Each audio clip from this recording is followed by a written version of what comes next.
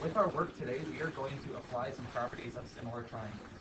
In particular, we've already seen that once you know triangles are similar through angle, angle, side, angle, side, side, side, side, you are able to set up proportions and figure out side lengths.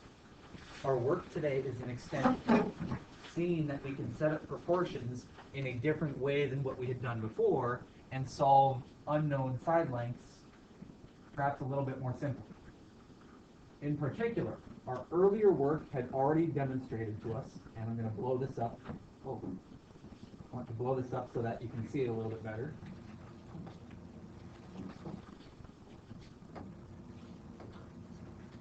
That if we start off by having parallels, we already saw that it would take the top triangle and make it similar to the overall big triangle. And because those were similar, we were able to set up a proportion where the left side of the triangle would match up with the left side of the other triangle. The right side of a triangle matches up with the right side of the triangle. And if we needed to, we could have also used bottom side matching up with bottom side. These three pieces were our scale factors. And this was true for any set that we had. Well, our focus today is to go further than just having left matching left, right matching right, bottom matching bottom. Those things are still true. We can still do all of those. However, it gets a little bit simpler when you've got these parallels. You'll notice that the parallel line with the base actually takes this and chops it up into 4 pieces.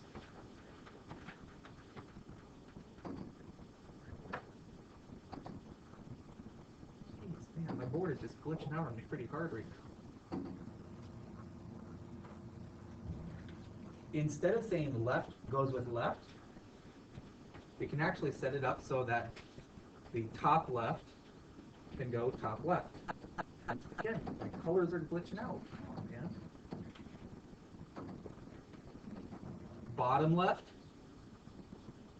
can go bottom left. Top right goes top right.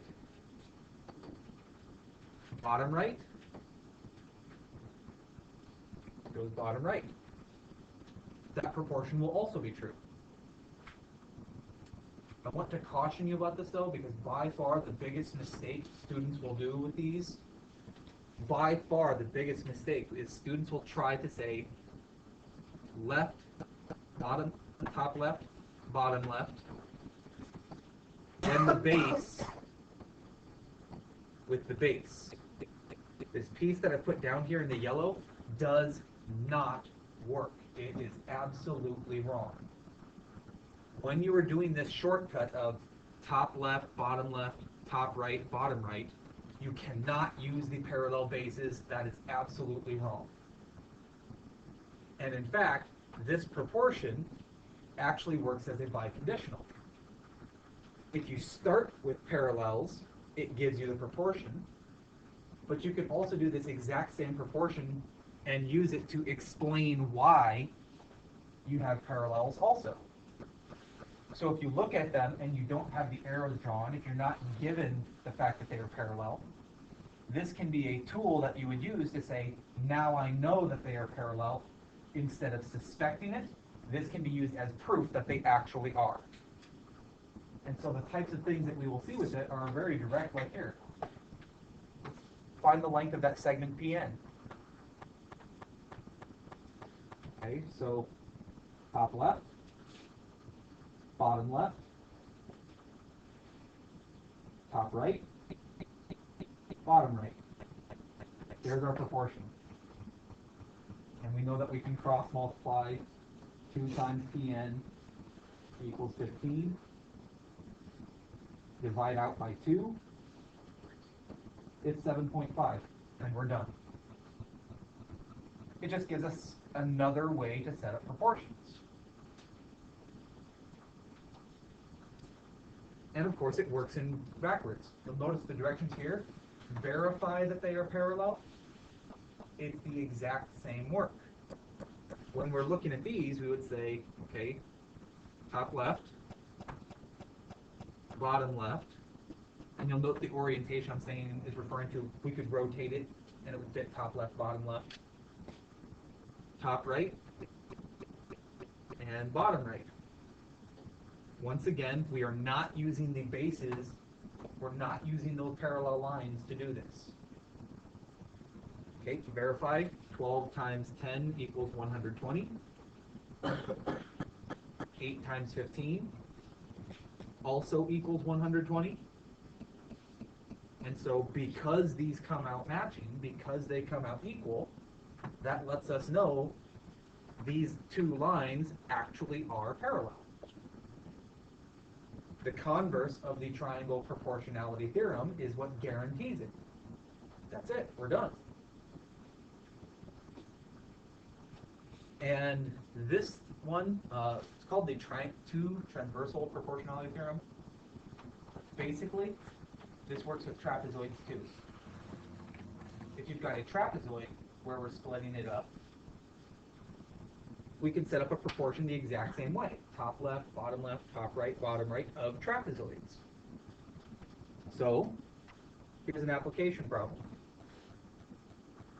This is the kind of thing that you can find with an artist where when you're working with perspective in art, they'll work with drawings going off to a vanishing point. And so this is the type of thing that you can do to make sure that your images come out more accurate. When you look at these, of course, you should recognize each of the trees are standing vertically. So all of those are parallels. We've got a lot of parallels going on here. And so if we would like to figure out a length, right here in the yellow, you can see that we've got a trapezoid. And so we've got the same thing, rotating it, top left and bottom left. That's thinking if we were to rotate the image 90 degrees counterclockwise. Top right, bottom right. There we go. So 2.4 times LM, of course 2.4 LM. 1.4 multiplied by 2.6 would equal, okay, so grabbing it, we have 1.4 multiplied by 2.6, giving us 3.64. We know our next stage then is to divide by 2.4. So there we go, 1.51666. So rounding to the nearest tenth, LM was 1.5. Okay, so that's this piece.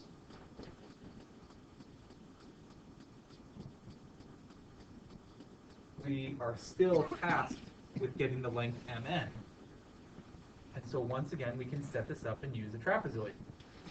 Here, we're going to note, tracing it out in the red, we've got a trapezoid right there. So, top left, bottom left, top right, and LM on the bottom right, we just calculated as approximately 1.5. So, 1.4 times MN, 2.2 multiplied by 1.5,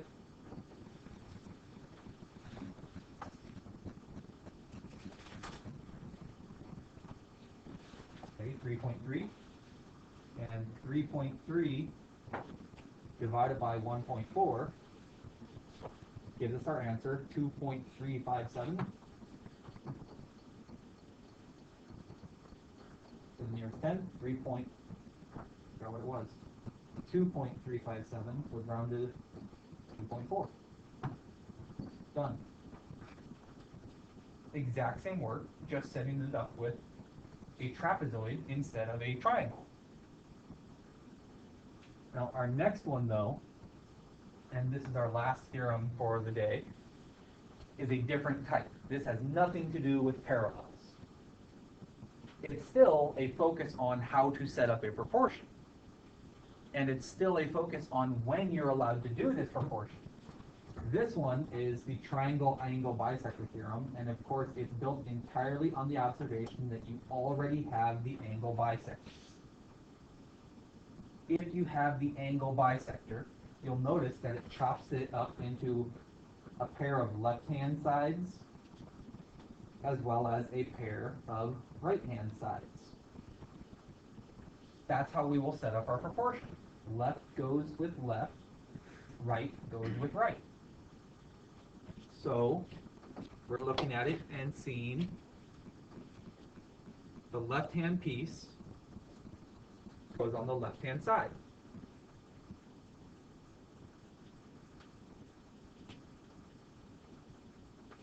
And, okay, so, need a calculator here.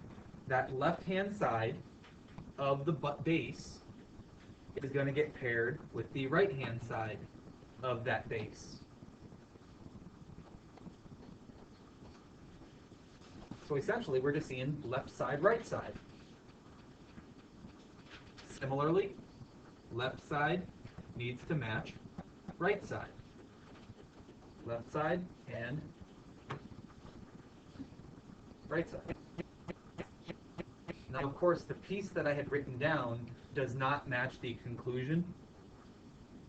As we've discussed, there are lots of different correct ways to set up a proportion. I think this one that I've written down is easier to remember. Left goes on the left, right goes on the right. That seems to be a very easy way to remember. And it will wind up giving us the same result because it's still one of the 8 different correct ways to set up this proportion. And so, what kind of thing would we do with it? Find the length PS. Okay, what we would observe, first of all, we do have the angle bisector, so we are allowed to do this proportion. Left side goes with right side. Set that. Left and right. Left side and right side. Left side and right side. Okay, so we can cross multiply 40 times x, 32 times 36. Okay, so grab our calculator. 32 times 40, 32 times 40, 32 times 36, 1152. And then 1152 divided by 40 gives us, and oh god, this board is glitching out so badly. Okay, finally got that glitch removed. And so 1152 divided by 40 gives us 28.8. That's it. Oh, I want a pen. I don't want to erase nothingness. So there we go. PS 28.8. Now, all of these ones that I've done so far have focused on using numbers, showing you how to set them up. Keep in mind that they're not all going to be as direct as that. You will have problems that are more complex after you set up the proportion because of the presence of variables. That doesn't change how you set them up, though. When we look at this one, we can still see our angle bisector. So we know left side and right side. Left side needs to match. Wow, that looks like a 4, not a Y.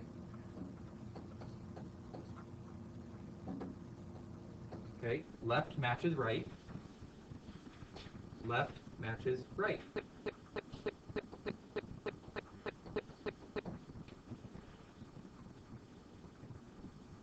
That's where the geometry lies. Setting up the proportion is geometry. Getting the answer now, that's where we run into algebra. And we know that we can cross multiply. 8 times y over 2 will equal 4.5 multiplied by y minus 2.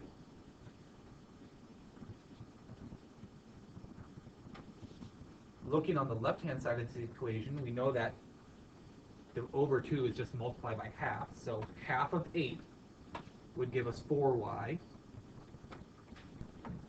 And we know that we can distribute across the parentheses 4.5y and 4.5 times 2 would equal 9. We'd then be able to subtract off 4.5, compare our y's together, combining our like terms, leading to negative 0.5y equals negative 9. Divide out by negative 0.5. Got my decimal ahead of me there. 0.5. And negative 9 divided by negative 0.5. That's positive 18. Knowing that it's positive 18 then, AC is 18 subtract 2. 16. DC, 18 divided by 2, that's 9. And we're done. Far more work involved with the algebraic component of the problem than there is with the geometry.